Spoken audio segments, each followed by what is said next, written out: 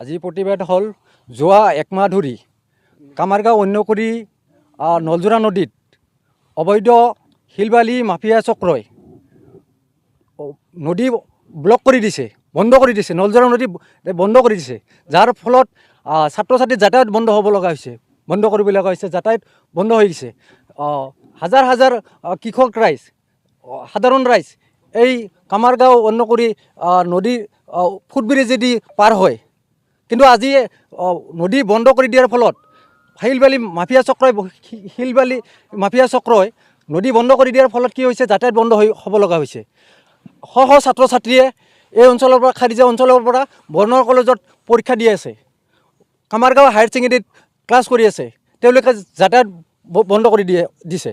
তো তাৰ ফলত কি হৈছে, ছাত্ৰ ছাত্ৰীসকলে য'ত ৬-৭ কিলোমিটাৰ দূৰ অতিক্ৰম কৰি কলেজ পায়, তাতে 40-50 কিলোমিটাৰ অতিক্ৰম কৰি প্ৰায় 200 টকা খৰচ কৰি কলেজত যাব লগা হৈছে। তো আজি সেয়েহে আমি ভাৰতীয় ছাত্ৰ ফেডাৰেশ্যন SFI আজি আমি প্ৰতিবাদী কাৰ্যসূচী লৈছোঁ যে আমি এখন ADC ছাৰক পৰহি স্মাৰক পত্ৰও দিছোঁ যে অতি শীঘ্ৰে এই নলজোৰা নদীৰ ওপৰত যি বান্ধ খুলি দিয়ক আৰু তাৎক্ষণিকভাৱে এই যাতায়াত ব্যৱস্থা সুচল কৰক। আমি অবৈধ শিলবালি খনন বন্ধ কৰক, কাৰণ এই অঞ্চলৰ 3-4খন গাঁও শংকিত হ'ব লগা হৈছে। কাৰণ ইতিমধ্যে এই 3-4খন গাঁও কামাৰগাঁও অন্যকুৰি খুদনাবাৰী বগৰীগুৰি ইতিমধ্যে আধা গাঁও নদীত যা গৈছে। তো আৰু যি ধৰণে অবৈধ খনন চলিছে, যদি এই ধৰণৰ খনন চলি থাকে, যিখিনি গাঁও আছে সেইখিনিও মানে ভৱিষ্যত মানে যা যাব। তো আমি সেইকাৰণে ADC ছাৰক স্মাৰক পত্ৰ দিছোঁ যে অতি শীঘ্ৰে এই খনন কাৰ্য বন্ধ কৰক, অবৈধ খনন কাৰ্য বন্ধ কৰক। এই যে আমাৰ দক্ষ মন্ত্ৰী বুলি কয় হিমন্ত বিশ্ব শৰ্মা মামা, তেওঁ শকুনি মামাৰ ভাৱ দেখুৱায় কিন্তু কাম কৰে কংস মামাৰ দৰে। তো এই কংস মামাৰ কাৰ্য বন্ধ কৰক, আমাৰ সাধাৰণ ৰাইজৰ কথা ভাবক। কিহৰ কাৰণে মানে আজি আমাৰ এই যে নলজোৰা নদীত অবৈধভাৱে বান্ধ দিছে, শিলবালি উঠাই আছে আৰু মাফিয়াবিলাকে বান্ধ দি পেলাই আমাক সকলো ৰাইজক ব্যাঘাতৰ সৃষ্টি কৰিছে। আমাৰ বহুতো খেতি বাতি নষ্ট হৈ আছে, আমাক আৰু সন্মুখত ভাবুকিৰ সৃষ্টি হৈ আছে। 3খন গাঁৱৰ মাজত এখন আমাৰ বগৰীগুৰি, বেছিভাগ বগৰীগুৰি আৰু অন্যগিৰিৰ মাজত বেছি খনন হৈ আছে।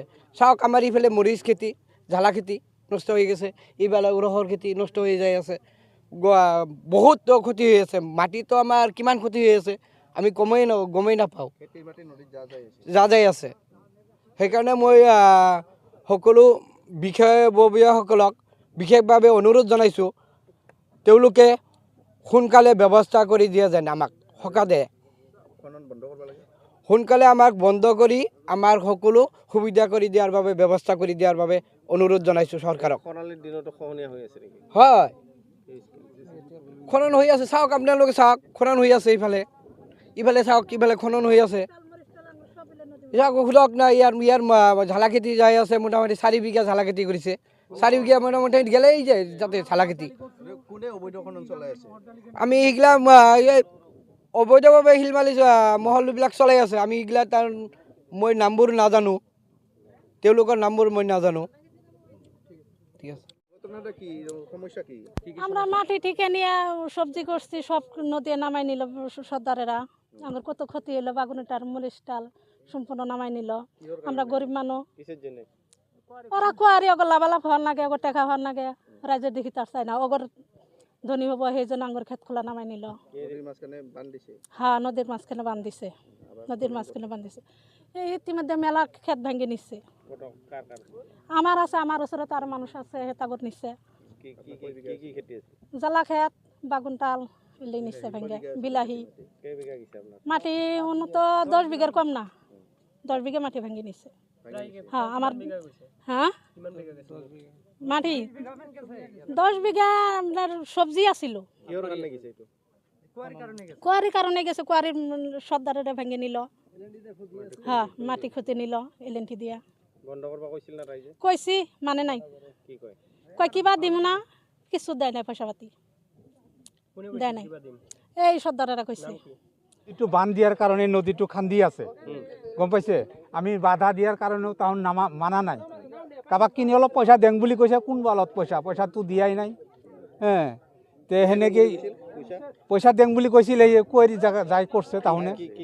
তাতে নামগিলা মই নাপাওঁ, মই যেনিবা খেতিটো ময়ে কৰিছিলোঁ, এইটো খেতি এইটো মোটামুটি 30 বিঘামান মাটি হ'ল লৈ, এইটো এটা অনুমান। 30 বিঘা, এতে 4 বিঘামান মাটি আছে, 4 বিঘা খেতি মাটি। এইটো মন নহয় যেনিবা, মই ঠিকা লৈছোঁ। এই অহৰদালি ফেলছোঁ ময়ে, নিজাকে অহৰদালি ফেলছোঁ, অহৰদালিগিলা ভাঙি 3 বিঘামান অহৰদালি ফেলছিলোঁ। 3 বিঘামান অহৰদালি মাজত পৰি আছে, এইখিনি অলপমান 1.5 বিঘামান 1 বিঘামান মাটি হ'ব। এই JCB খান্দাৰ কাৰণে হৈছে, JCB LMT খান্দি আছে, নদী খান্দি আছে, নদী খান্দাৰ কাৰণে গেল। জানাইছিলোঁ, নাম টাউন মানাই নাই। এই আমাৰ ইন্নিগুৰি, বগৰীগুৰি, ভালেকেইটা গাঁও আছে আমাৰ, বগৰীগুৰি গাঁও। চবৰে সমস্যা হৈছে। এথেনে ভাঙি আছে, বাৰিষাৰ সময়ত নাভাঙব নেকি? এথেনে ভাঙি আছে, বাৰিষাৰ সময়ততো আৰু ভাঙব। আমাৰ জেগা নোহোৱা হৈ যায়, এথেনে নোহোৱা হৈ আছে, আৰুতো নোহোৱা হ'বই, ঘৰবিলাক থাকবাই নহয়।